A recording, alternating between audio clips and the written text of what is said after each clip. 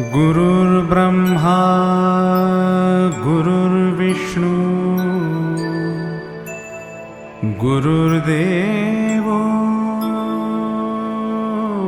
महेश्वरः।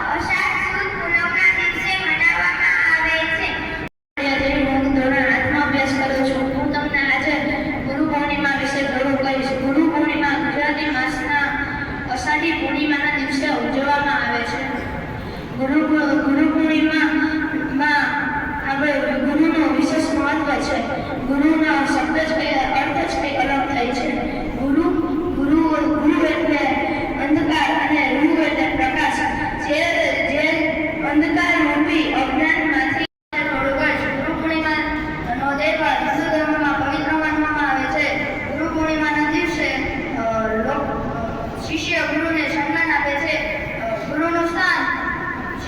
ભગવાન કરતાં પણ ઊંચું કહેવામાં આવે છે. તેથી ગુરુ બ્રહ્મા ગુરુ વિષ્ણુ ગુરુદેવો મહેશ્વર ગુરુ સાક્ષાત પરબ્રહ્મ તસ્મૈ શ્રી ગુરુવે નમઃ. આપણને ગુરુ અંધકારમાંથી પ્રકાશમાં લઈ જાય છે. આ દિવસને બીજા કારણ કે આજના દિવસે મહર્ષિ વેદ વ્યાસનો જન્મ થયો હતો. આજના દિવસને વ્યાસ પૂર્ણિમા તરીકે પણ ઓળખવામાં આવે છે. ગુરુ અને શિષ્યની પરંપરા તો આપણા દેશમાં વર્ષોથી ચાલતી આવી છે. જેમ કે ગુરુ વશિષ્ઠ અને એમના શિષ્યો રામ અને લક્ષ્મણ, ગુરુ દ્રોણાચાર્ય. મારા ગુરુ પૂર્ણિમાના નિમિત્તે નમસ્કાર. ગુરુ પૂર્ણિમા એટલે શું? ગુરુ પૂર્ણિમા એટલે ગુરુઓનો દિવસ. ગુરુ પૂર્ણિમા એ આપણી સંસ્કૃતિ અને પરંપરાનો એક મહત્વપૂર્ણ દિવસ છે. ગુરુ ગોવિંદ ગૌ ખડે કાકે લગ્ન પાય, બલિહારી ગુરુ આપને ગોવિંદ દિયો બધાય. અષાઢ સુદ પૂનમ એટલે ગુરુ પૂર્ણિમા. ગુરુ પૂર્ણિમા એ ભારતીય અને નેપાળી આધ્યાત્મિક અને શૈક્ષણિક વેદ વ્યાસનો જન્મદિવસ આ દિવસે મનાવવામાં આવે છે. એટલે આને વેદ વ્યાસ પૂર્ણિમા તરીકે પણ ઉજવવામાં આવે છે. ગુરુ અને શિષ્ય વચ્ચેનો સંબંધ અને गुरुर्ब्रह्मा गुरुर्विष्णु सरस्वती नमस्तुभ्यं वरदे कामरूपिणी विद्यारम्भं करिष्यामि सिद्धिर्भवतु मे सदा. सरस्वती नमस्तुभ्यं वरदे कामरूपिणी विद्यारम्भं करिष्यामि सिद्धिर्भवतु मे सदा. सरस्वती नमस्तुभ्यं वरदे कामरूपिणी विद्यारम्भं करिष्यामि सिद्धिर्भवतु मे सदा. सरस्वती नमस्तुभ्यं वरदे कामरूपिणी विद्यारम्भं करिष्यामि सिद्धिर्भवतु मे सदा.